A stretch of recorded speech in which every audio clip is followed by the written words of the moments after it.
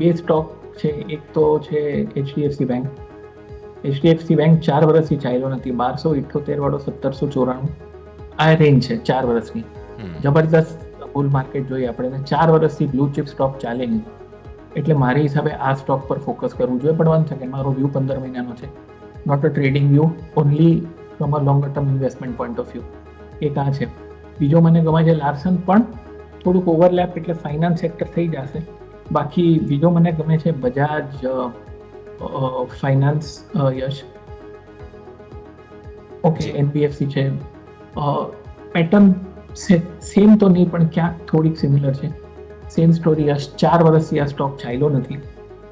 રેન્જની તમે વાત કરો તો 4500 થી 8050, 4 વર્ષ સ્ટોક ચાલ્યો નથી. આઈ મીન ટુ છે કે નો હાઈ નથી કર્યો છે માર્કેટ નિફ્ટી બેંક નિફ્ટીએ, એટલે આમાં બી બાય કોલ રહેશે 1 સેકન્ડ.